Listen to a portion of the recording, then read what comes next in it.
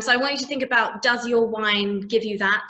You know, how long does it last for? Are you tasting what you were smelling? Is there something else there?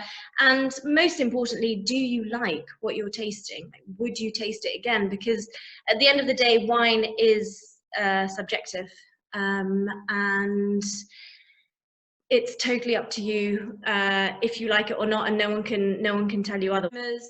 Secondary aromas and tertiary aromas. Now, the primary aromas of a wine are the fruits or the herbs or the floral elements, the things that come from the vineyard itself. When we talk about secondary aromas, we're then into the vinification process and kind of yeast derivatives, what the winemaker might do to the wine. And thirdly, if anyone is drinking an aged red wine, is when you'll get tertiary aromas.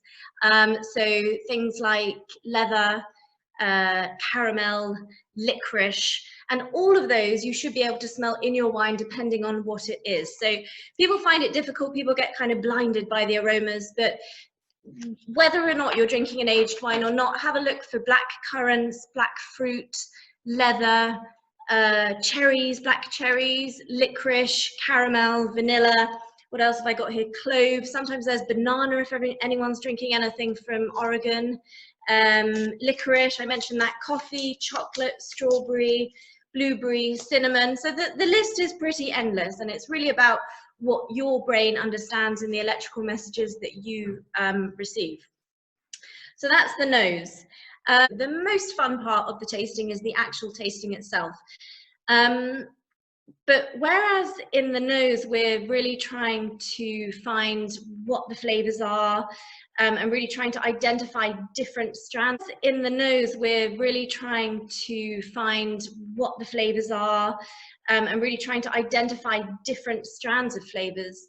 When it comes to the palate, we're looking at more, can we identify how tannic the wine is? And when I say tannic, I'm referring to the real dryness that you feel on your gums. You know, if your lip feels like it's going to shoot to your forehead and your cheeks are dry, that's tannin. Anyone who likes black tea, for example. What would you suggest we could pair this with, food-wise? Can you tell if it's a good wine before you open the bottle? I'm talking about, can you look at it and can you put it against a piece of white paper and can you see its legs before you open the bottle?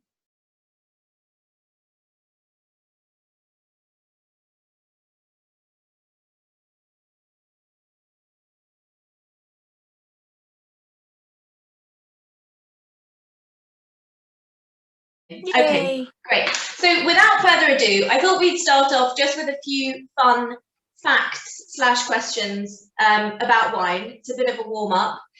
There's no pressure to shout out the answers if you don't know them. Somebody suggested last week, everybody who shouts one out and gets it right or wrong should take a glass of wine, or have a drink of wine.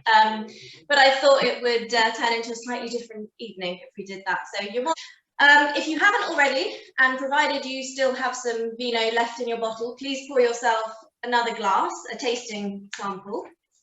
And the first thing we're going to do is look at the colour of the wine. And we know that the best way to do that is to hold the wine up against something white. But particularly with Cabernet Sauvignon, it's actually the smallest grape, or one of the smallest grapes, of about the 3,000 grapes that exist in the Vitis vinifera family. And what that means is there's a much greater ratio of skin to pulp, so it effectively produces much more colour in a wine. And Cabernet Sauvignon, as a rule, when it's young, starts off a very purpley colour because the skin is so thick and robust.